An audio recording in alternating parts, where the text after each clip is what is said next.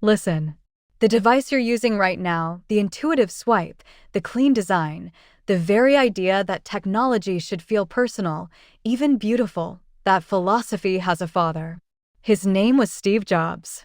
But the man who taught us to think different was himself a paradox, a spiritual seeker who built a corporate empire, a minimalist who created complex tools, an adoptee who spent his life trying to belong by making objects the world would embrace. This is not the sanitized legend. This is the raw, human story of how deep wounds of abandonment, of failure, of mortality can be forged through sheer relentless will into tools that change humanity. If you've ever felt like an outsider with a vision the world doesn't understand yet, this story is your blueprint.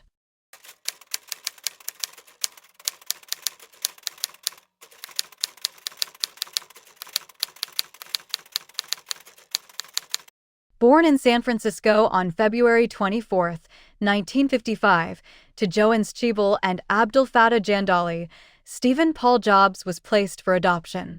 He was raised in Mountain View, California, by Paul and Clara Jobs. Paul, a machinist, taught Steve the ethos of craftsmanship, that the back of a fence must be as beautiful as the front. Young Steve always felt different, a sense of being chosen yet separate. This foundational feeling of being an outsider didn't cripple him, it became the engine for his later defiance of industry norms. He dropped out of Reed College but stayed, auditing calligraphy classes that would later define the Mac's beautiful fonts. Thesis: your perceived flaw is the unique lens through which you'll see solutions no one else can.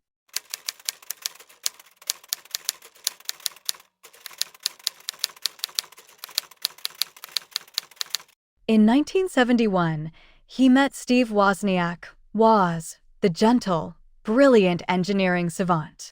Jobs was the fire, Woz was the fuel. In 1976, in the Jobs family garage, this partnership birthed Apple Computer.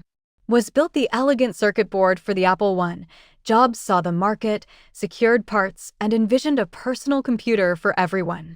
The Apple II, launched in 1977, wasn't just a product, it was the spark of the personal computer revolution, making Apple a $2 billion company by 1983. Thesis: your visionary ideas are inert without the partner who can bring them to life. Find your complementary half.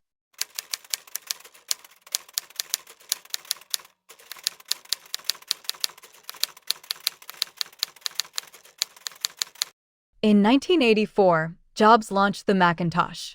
He didn't sell specs, he sold rebellion against the big brother of IBM.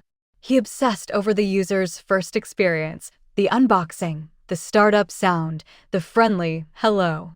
He famously demanded the internal circuit board be beautiful, even though no customer would see it. This fanatical focus on the invisible details created a cult-like devotion. Thesis: the magic that creates loyalty is in the details most people overlook.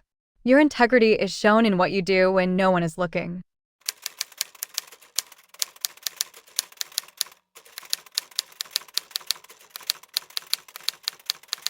By 1985, after power struggles and the Mac's shaky start, the board of Apple, the company he founded, fired Steve Jobs.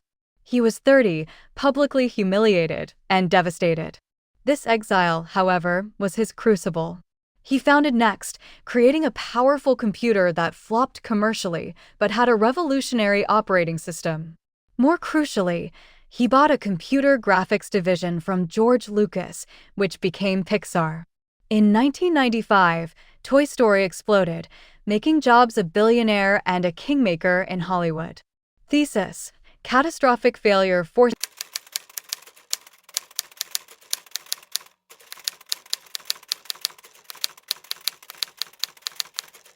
Apple, floundering without him, bought Next in 1996 for its software. Jobs returned in 1997 as an advisor, then swiftly became interim CEO. He found a company adrift. He slashed product lines, refocused, and launched the Think Different campaign. Then came the iMac in 1998, a computer that looked like a candy-colored gem from the future. It saved Apple. Thesis: a true comeback.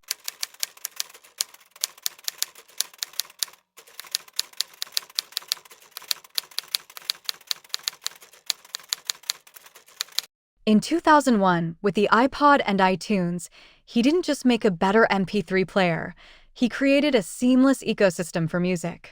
In 2007, the iPhone arrived. It wasn't a phone with internet, it was a sleek computer in your pocket that revolutionized communication, photography, and entertainment. He didn't listen to market research. He trusted his own taste.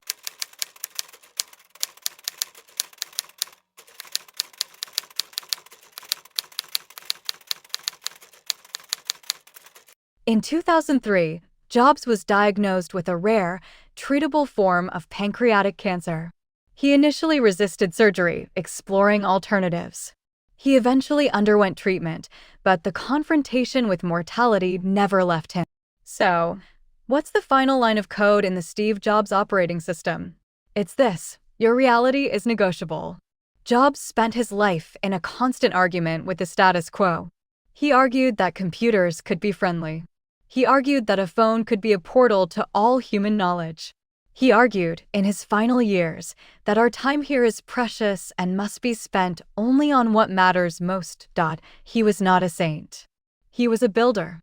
A relentless, often difficult, always passionate builder. And his legacy screams one question at us. What are you building? Are you building a life of good enough? Or are you, right now, gathering your wounds, your partnerships, your failures, and your clarified focus to build something only you can build? Something insanely great. Here is your challenge. Today, do one thing with what we'll call Jobsian intent.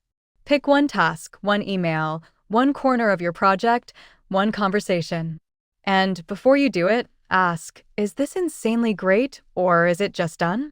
If it's not great, have the courage to edit it, to redo it, to pour 1 ounce of unreasonable care into it.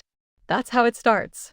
Not with a revolution, but with a single, deliberate act of defiance against mediocrity. The world doesn't need more noise. It needs more soul, more intention, more things built with love. Steve Jobs proved one person's taste, relentlessly applied, can bend the curve of history. Now it's your turn. Go. Build your dent in the universe.